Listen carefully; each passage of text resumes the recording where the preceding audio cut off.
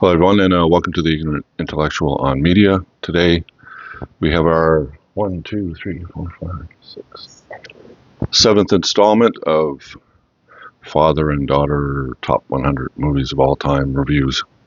So this one is on Mad Max, the George Miller film from 1979, starring Mel Gibson before he became a Hollywood star. This is actually the movie that put him on the map. There was two sequels to it.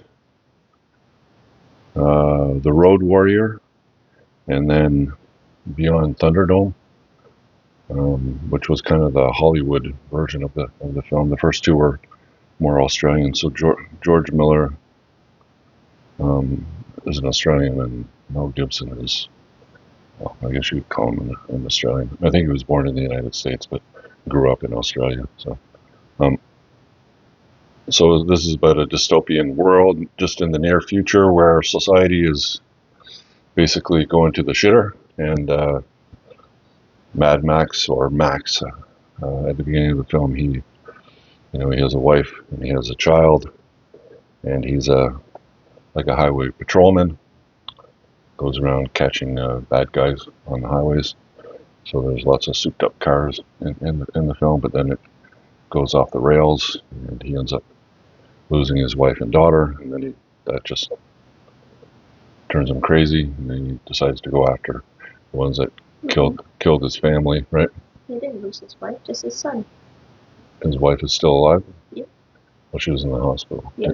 But she didn't die? No. He said the boy is gone. Okay, so anyways, he loses it. Then he ends up becoming a suicide type of, like a kamikaze guy on the road, and killing everybody that killed his son. So the film, you could tell, was a low budget film. They didn't have a huge budget for this film, and Mel Gibson, the acting was good in it. It was fun, although you had to get used to the Australian accents and slang in it. But otherwise, what's not to like about like big fast machines on highways and crazy people, right? So it was overall an enjoyable film, and it's what put Mel Gibson on the map. And he'd go on to do, like I said, two more, and then he would hit Hollywood and do all the Lethal Weapon films, the four Lethal Weapon films, which basically became his signature after Mad Max. So, I don't know if it belongs in the top 100 movies. I'm not sure about it, but I always enjoyed it. I actually like the Road Warrior better. I like the second film better than the first one, but I don't think they have the Road Warrior in the top 100 here. So only Mad Max made the list. So, what did you think of the film? I mean, if the same thing happened to me, the traumatizing thing that happened to Max, I feel like I would turn mad too, because that was really rough. Like it happened right before his eyes, kind of. Yeah, but those biker guys, what are they called? Do you remember the gang name? They were just like disgusting. Like they just do evil stuff for fun. Like especially that their dog, like that was brutal. Yeah, that was really sad.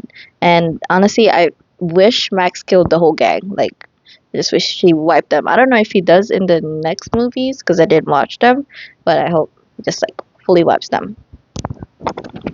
Cleans house.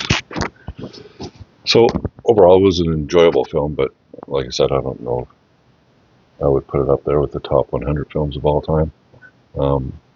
But they did, so we reviewed it. I don't know, I'd probably give it maybe a 7 on 10. But all the films before it, I like it better than Amadeus.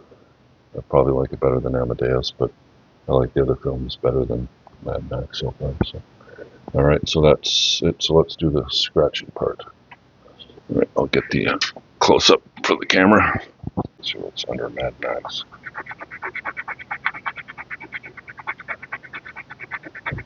What is that? Is that the symbol of the bad guys? I don't know.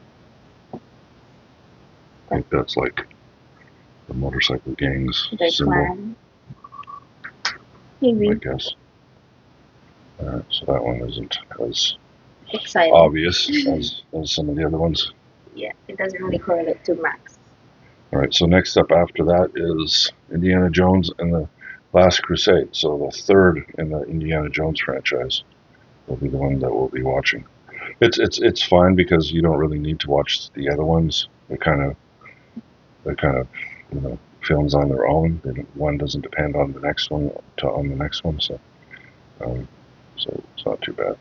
The funny thing though is that they do have Raiders of the Lost Ark in this top 100. It's up higher. Um, it's like on the third row, so it's like number 29. We're right there. But they didn't have the Temple of Doom, which is the second film, so I guess the first and the third made it, but the second one didn't. So, anyways, we'll watch Raiders. And we'll do a review of that one. You have a great night, and we'll talk to you in our next video. If you like the videos, leave us a thumbs up. Think about subscribing, and we'll talk to you in the next video. Bye for now. Bye.